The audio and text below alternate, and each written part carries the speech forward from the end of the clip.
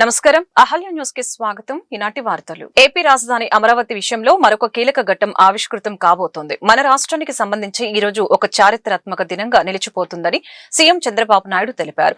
గత 5 ఏళ్లు రాష్ట్రాన్ని రాజధాని లేకుండా చేశారని మాజీ ముఖ్యమంత్రి జగన్ పై చంద్రబాబు తీవ్ర ఆగ్రహం వ్యక్తం చేశారు. అమరావతి అని పలకడానికి కూడా ఇష్టపడక మావిగన్ అని వింత పేరుతో పిలుస్తున్నారని, అమరావతి పట్ల ఆయనకు ఉన్న ద్వేషం భవిష్యత్తులోనూ మారదని చంద్రబాబు ఘాటుగా విమర్శించారు. ఎన్డీఏ భాగస్వామ్య పక్షాలైన టీడీపీ, జనసేన, బీజేపీ నేతలతో ఏపీ సీఎం టెలికాన్ఫరెన్స్ నిర్వహించారు. ఈ సందర్భంగా ఆయన మాట్లాడుతూ ఆంధ్ర ప్రభుత్వ సహకారంతోనే ఇది సాధ్యమైందని తెలియజేశారు. ఎన్డీఏ భాగస్వామ్య పక్షాలైన టీడీపీ, జనసేన, బీజేపీ నేతలతో ఏపీ సీఎం టెలికాన్ఫరెన్స్ నిర్వహించడం జరిగింది. ఈ సందర్భంగా ప్రతిపక్ష నేత జగన్మోహన్ రెడ్డిపై చంద్రబాబు తీవ్ర స్థాయిలో విమర్శలు గుప్పించారు. గత 5 ఏళ్లు రాష్ట్రాన్ని రాజధాని లేకుండా చేశారు. అమరావతి అంటే సెంటిమెంట్, కానీ ఆ పేరు వింటేనే జగన్ కి కంపరంగా ఉంటుంది. అందుకే నిత్యం విషం కక్కుతుంటారు. అమరావతి అని పలకటానికి కూడా ఇష్టపడక మావిగన్ అని వింత పేరుతో పిలుస్తున్నట్లు మండిపడ్డారు. 5 కోట్ల ప్రజల ఆకాంక్ష అయిన అమరావతికి చట్టబద్దత కల్పించే బిల్లుకు పూర్తి మెజారిటీతో పార్లమెంట్ ఆమోదం లభించడానికి కృషి చేసిన ప్రధాని నరేంద్ర మోదీకి ఏపీ విద్యా, ఐటీ శాఖల మంత్రి నారా లోకేష్ కృతజ్ఞతలు తెలియజేశారు. ఏపీ అసెంబ్లీలో పంపిన తీర్మానంపై లోక్ సభలో సుదీర్ఘ చర్చ జరిగిన అనంతరం అమరావతి బిల్లును ఆమోదించారు. దేశంలో ఉన్న అన్ని పార్టీలను ఆంధ్రప్రదేశ్ రాష్ట్రం వైపు నిలిపి అమరావతి బిల్లుకు చట్టబద్దత కల్పించిన ప్రధాని నరేంద్ర మోదీని పార్లమెంట్ హాలులో కలిసి ఆంధ్రప్రదేశ్ ప్రజల తరపున కృతజ్ఞతలు తెలియజేశారు. లోక్ సభలో బిల్లు ఆమోదం పొందిన వెంటనే ఆగమేఘాలపై ఢిల్లీ వచ్చిన మంత్రి లోకేష్ కూటమి పార్టీ ఎంపీలను అభినందించారు. ప్రధానమంత్రి మోదీని కలిసి అమరావతికి చట్టబద్దత కల్పిస్తూ లోక్సభ ఆమోదంపై ధన్యవాదాలు తెలిపారు. ఇచ్చిన మాటకు కట్టుబడి కేంద్ర ప్రభుత్వం చూపిన నిబద్దతను మంత్రి ప్రశంసించారు. విజయవాడలోని ఇంద్రకీలాద్రిపై వెలిసిన శ్రీ దుర్గా మల్లేశ్వర స్వామివార్ల దేవస్థానంలో చైత్రమాస శుద్ధ పౌర్ణమి సందర్భంగా నిర్వహించిన గిరి ప్రదక్షిణ భక్తి ప్రపత్తులతో వైభవంగా సాగింది. గురువారం తెల్లవారుజాము నుంచి వేలాది మంది భక్తులు తరలివచ్చి అమ్మవారి దర్శనంతో పాటు గిరి ప్రదక్షిణలో పాల్గొన్నారు. ఉదయం 5:55 ఆలయ కార్యనిర్వహణాధికారి, special grade deputy collector VK Seena Naik కొబ్బరికాయ కొట్టి గిరి ప్రదక్షిణను ప్రారంభించారు. పల్లకిపై కొలువు తీరిన అమ్మవారు స్వామివార్ల ఉత్సవ మూర్తుల వెంట భక్తులు భక్తి శ్రద్ధలతో కాలినడకన ముందుకు సాగారు. జై దుర్గా, జై జై దుర్గా నినాదాలతో ఇంద్రకీలాద్రి పరిసర ప్రాంతాలు మారంమ్రోగాయి.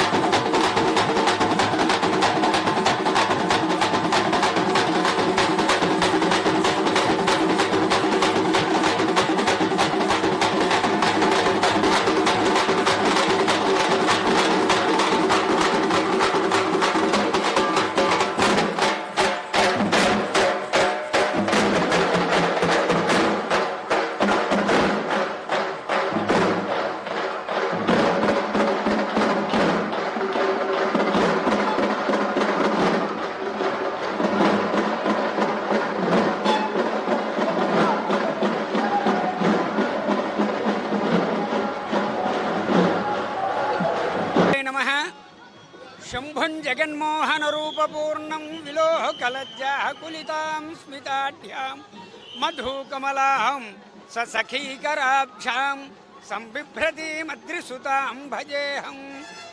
జగన్మాత దుర్గాదేవి ఆలయంలో చైత్రమాసం, ఈ పరాభవనామ సంవత్సరం చైత్రమాస ఉత్సవాలు అత్యంత వైభవపేతంగా అంగరంగంగా మరి ఆగమోక్తంగా చక్కగా జరుగుతున్నాయి. మరి దీంట్లో భాగంగా చైత్ర శుద్ధ పాడ్యమి నుంచి మనకి దశమి వరకు కూడా అమ్మవారి వసంత నవరాత్రి ఉత్సవాలు జరుపుకొని మరి ఏకాదశి నుంచి రేపటి వరకు కూడా మనం బ్రహ్మోత్సవాలు అత్యంత వైభవపేతంగా జరుపుకుంటున్నాం. మరి ఇవాళ చైత్ర పూర్ణిమ చాలా విశేషమైనటువంటి పర్వదినం. ఈ పర్వదినంలో మనం ఈ యొక్క గిరి ప్రదక్షిణ కార్యక్రమం అత్యంత వైభవపేతమైనటువంటిది. మరి గిరి ప్రదక్షిణలో పాల్గొన్నటువంటి అశేష భక్త జనావళి అందరికీ కూడాను ఆయురారోగ్య ఐశ్వర్యాలు కలిగి అఖండమైనటువంటి విజయాలతో వెలుగొందాలని కోరుకుంటూ అమ్మవారి యొక్క దివ్య శుభాశీస్సులు. ఈ రోజుతో బ్రహ్మోత్సవాలు మహాపూర్ణాహుతి అవభృత స్నానము, వెండి రథోత్సవంతో కార్యక్రమాలు పరిసమాప్తి అవుతాయి. మరి రేపటి రోజున సాయంత్రం 4 గంటలకి ప్రదోషకాల మందు నౌకా విహారం అఖండ కృష్ణవేణి నదీ తీరంలో జరుపుకొని ద్వాదశ ప్రదక్షిణలు, పవలింపు సేవ కార్యక్రమాలతో ఈ చైత్రమాస బ్రహ్మోత్సవాలు కూడాను పరిసమాప్తి చేసుకోవడం జరుగుతుంది. మరి విశేషమైనటువంటి రోజున ఈ గిరి ప్రదక్షిణం, ఈ ఇంద్రకీలాద్రికి ప్రదక్షిణం చేస్తే అమ్మవారి చుట్టూ ప్రదక్షిణం చేసినట్లే భూమండలం ప్రదక్షిణం చేసినంత ఫలితం దక్కుతుంది. అందుకని 50 మంది భక్తులు అందరూ కూడా గిరి ప్రదక్షిణలో పాల్గొని అమ్మవారి కృపకు పాత్రులు కావాల్సిందిగా కోరుచు 2014-19 మధ్యలో అన్ని పార్టీల సమన్వయంతో రాజధాని అమరావతి నిర్మాణానికి నిర్ణయం జరిగింది. అప్పటి ప్రభుత్వ హయాంలో కొన్ని భవనాల నిర్మాణం జరిగింది. జగన్ పాదయాత్రలో ఒక ఛాన్స్ ఇవ్వాలని కోరటంతో ప్రజలు అధికారం ఇచ్చారు. ఎన్నికలకు ముందు అమరావతి రాజధాని అని జగన్ ఇచ్చిన హామీని తప్పి 3 ముక్కలాట ఆడారు. తన స్వార్థం కోసం, స్వలాభం కోసం రాష్ట్రానికి రాజధాని లేకుండా చేసి విశాఖపట్నాన్ని సర్వనాశనం చేశారు. ఎన్డీఏ కూటమిని ప్రజలు అత్యంత మెజారిటీతో గెలిపించారు. జగన్మోహన్ రెడ్డి అమరావతి రైతులకు క్షమాపణ చెప్పాలి. జగన్ మాటలు చెప్పి ప్రజలను మభ్యపెట్టే ప్రయత్నం చేస్తున్నట్లు మండిపడ్డారు. జగన్ మాటలు చెప్పి ప్రజలను మభ్యపెట్టే ప్రయత్నం చేస్తున్నారు. ప్రజాభిప్రాయంపై గౌరవం లేకుండా మాట్లాడుతున్న జగన్ వ్యాఖ్యలను ఖండిస్తున్నాం. అమరావతి రాజధానికి చట్టబద్దత కల్పించేందుకు కృషి చేస్తున్న చంద్రబాబు నాయుడు, పవన్ కళ్యాణ్, లోకేష్ కు ధన్యవాదాలు. మాట మీద నిలకడ లేకుండా జగన్ ప్లాన్ బి అనటం విడ్డూరంగా ఉందని మండిపడ్డారు. అని చెప్పేసి బయట చెప్పాడు, లోపల చెప్పాడు.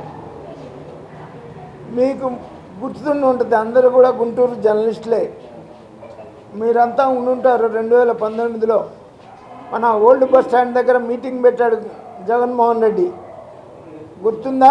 మీలో ఉన్నారా ఎవరన్నా? ఉన్నారు కదా. ఆ మీటింగ్లో రాజధాని గురించి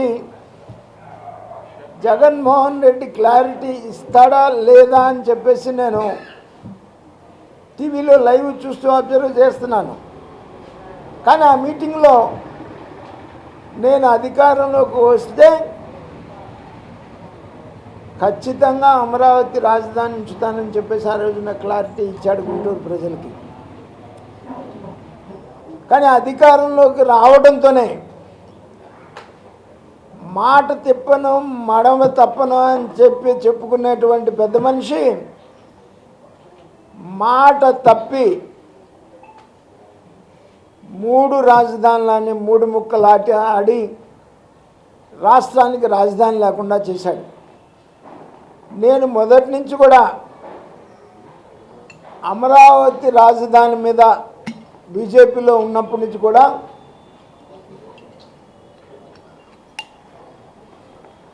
అమరావతి రాజధాని మీద ఫైట్ చేశాం. I was the first politician Amaravati వెళ్ళి రైతుల్ని విజిట్ చేసినటువంటి పాలిటీషియన్. ఆ రోజున అమరావతి రైతులకి ధైర్యం చెప్పి భారతీయ జనతా పార్టీ మీ వెంట ఉంటుంది అని చెప్పేసి ఆ రోజున ధైర్యం చెప్పి వచ్చినటువంటి పరిస్థితి. అటువంటిది 3 రాజధానుల పేరుతో రాష్ట్రానికి రాజధాని లేకుండా తన స్వలాభం కోసం, స్వార్థం కోసం విశాఖపట్నాన్ని సర్వనాశనం చేసినటువంటి విషయం ఈ రాష్ట్ర ప్రజలందరికీ తెలుసు.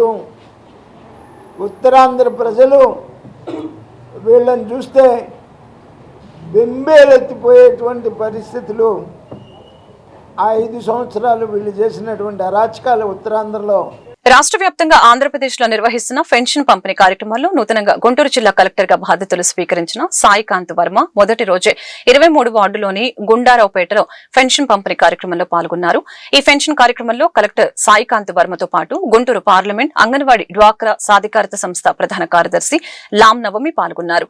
అనంతరం లామ్ నవమి మిడతో మాట్లాడారు. 23వ వార్డులో పెన్షన్దారులను స్వయంగా కలిసి వారి సాధక బాధల్ని అడిగి తెలుసుకుని లబ్దిదారులకు పెన్షన్ అందజేశారని తెలిపారు. బాధ్యతల్ని స్వీకరించిన రోజునే మా 23వ వార్డుకి రావడం నాకు చాలా సంతోషంగా ఉందని తెలియజేశారు.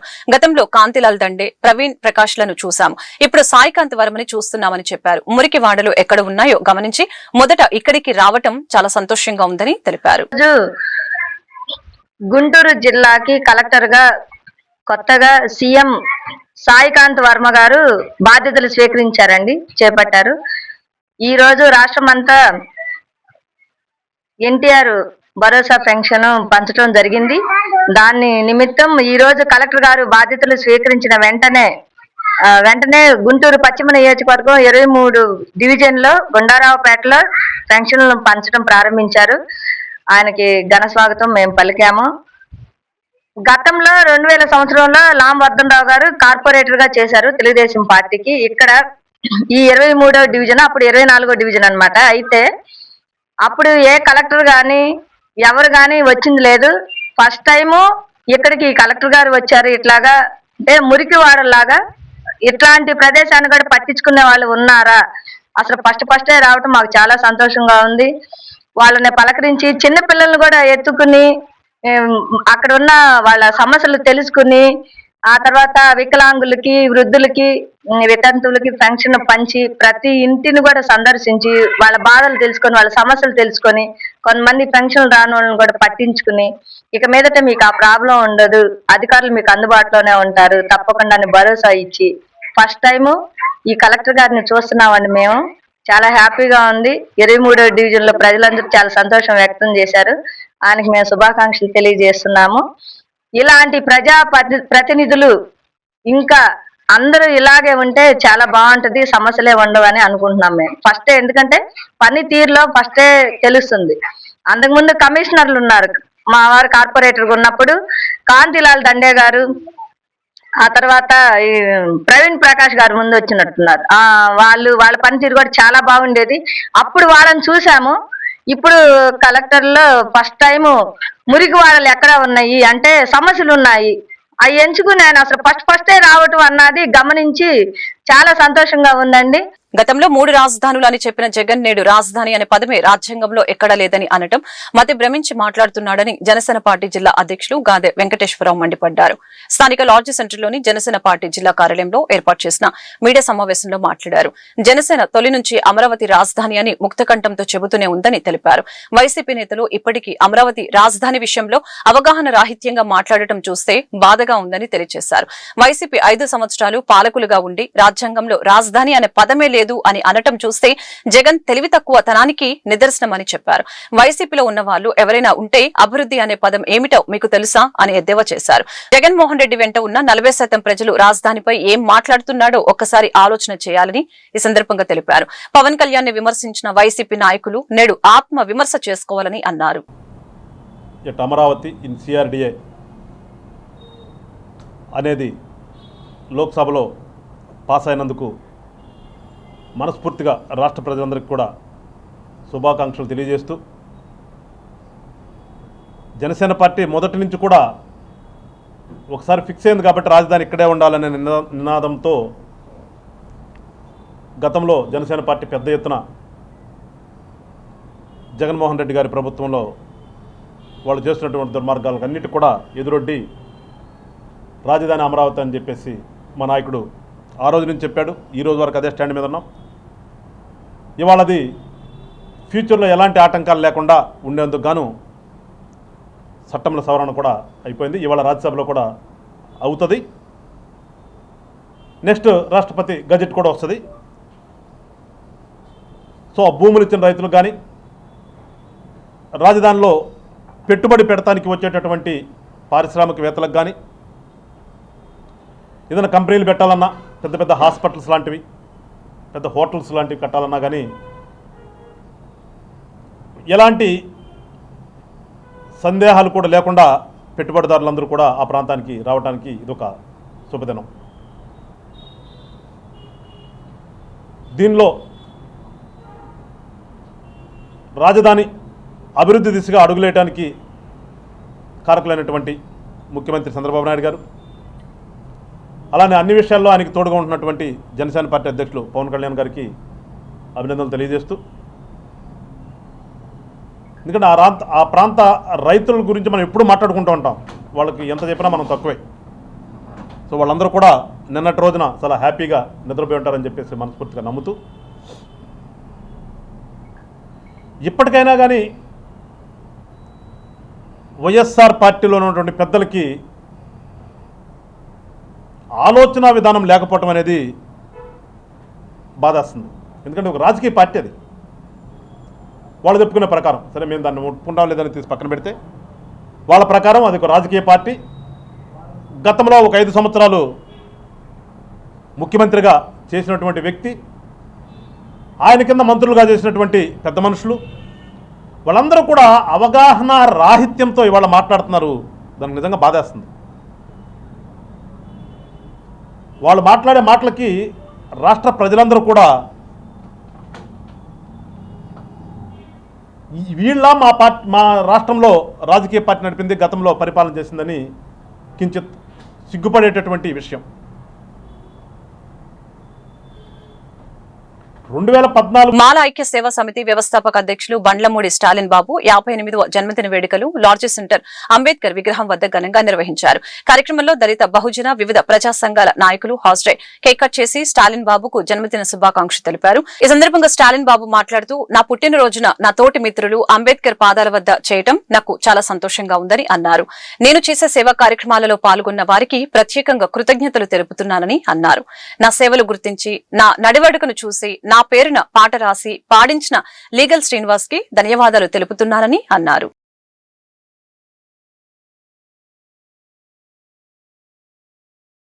మరి ఈరోజు నా పుట్టినరోజు సందర్భంగా తోటి మిత్రులందరూ కలిసి ఈ పుట్టినరోజుని జయప్రదం చేయడం జరిగింది మా అంబేద్కర్ గారి పాదాల సాక్షిగా.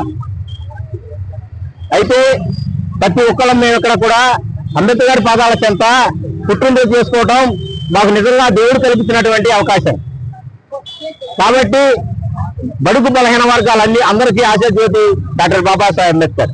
అలాగే పేరు పేరున నన్ను నా పుట్టినరోజు జరుపుకుంటున్నటువంటి నా కోసం వచ్చిన వాళ్ళందరికీ పేరు పేరున జైభీం తెలుపుతూ, అలాగే లీగల్ శ్రీనివాస్ గారు హైదరాబాద్ లో ఉంటాడు. ఆయన మంచి పాట, నా ఉద్యమాలు చూసి, నా ప్రవర్తన చూసి, నా నడక విధానం చూసి నిజమైన ఒక అంబేద్కరిస్ట్కి నేనంటూ సహాయం చేయాలి అనే ఉద్దేశం మీద ఆయన ఒక మంచి పాటలు రాసి పుట్టినరోజు గిఫ్ట్ గా నాకు ఇవ్వడం జరిగింది.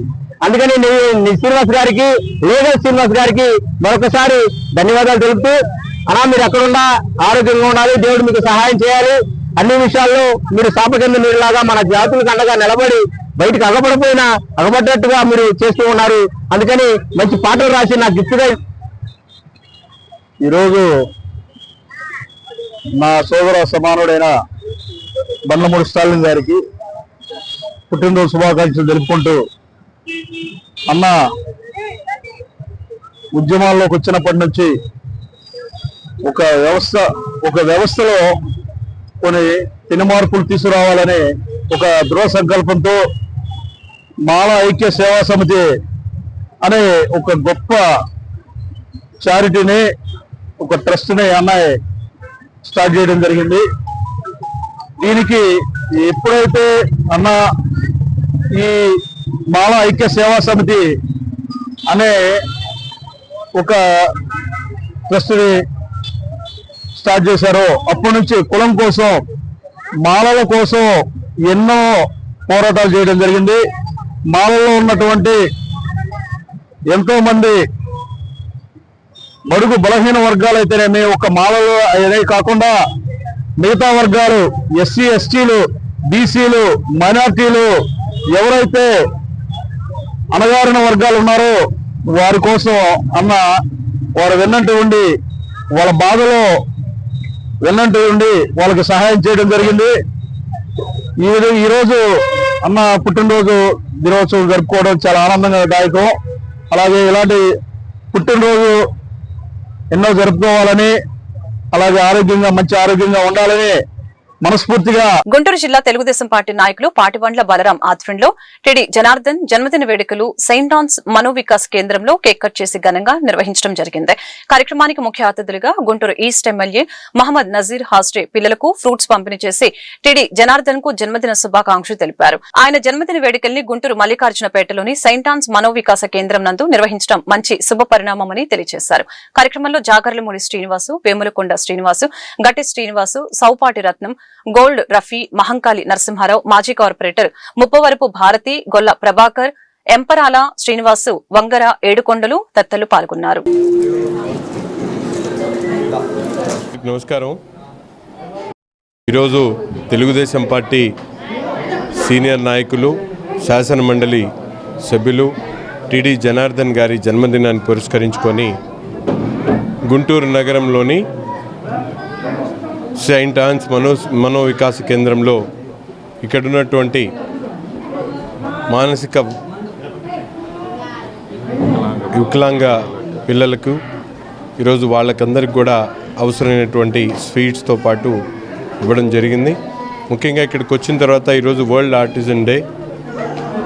రాష్ట్ర వ్యాప్తంగా, ప్రపంచవ్యాప్తంగా ఉన్నటువంటి పిల్లలు ఎవరైతే మానసికంగా ఇబ్బంది పడుతున్నటువంటి పిల్లలు, అంగవైకల్యం ఉన్నటువంటి పిల్లలకి, ముఖ్యంగా డెఫ్ అండ్ డెమ్కి సెయింట్ ఆన్స్ మనోవికాస కేంద్రం ఎన్నో సేవలు అందిస్తూ దాదాపు ఇప్పటికే 18 సంవత్సరాలు 30 సంవత్సరాల పై చిలుక అనుభవం కలిగి అనేక మందికి ఇక్కడ గ్రాడ్యుయేషన్తో పాటు 10th క్లాస్ వరకు వందలాది మంది పిల్లల్ని చేర్పించి ఉద్యోగాలు ఇప్పించి వాళ్ళ పెళ్ళిళ్ళు కూడా చేసినటువంటి ఘనత సెయింట్ ఆన్స్ మనోవికాస్ కేంద్రానికి.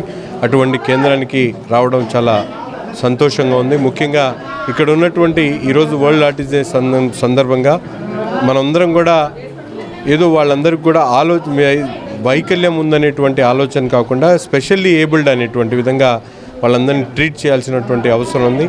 గౌరవ ముఖ్యమంత్రి గారు ఈ రాష్ట్రంలో కూటమి ప్రభుత్వం ఏర్పడిన తర్వాత ముఖ్యంగా ఏదైతే వికలాంగులకు ఉన్నటువంటి వాళ్ళందరికీ కూడా 3,000 ఉన్నటువంటి పెన్షన్ని 6,000 చేయడమే కాకుండా పెద్ద ఎత్తున ఈరోజు ఉచితంగా బస్సు సౌకర్యాన్ని కూడా ఇవ్వడం, 12 రకాల సర్వీసులు వాళ్ళందరికీ కూడా ఉచిత బస్సు సౌకర్యాన్ని కల్పించేటువంటి కార్యక్రమం.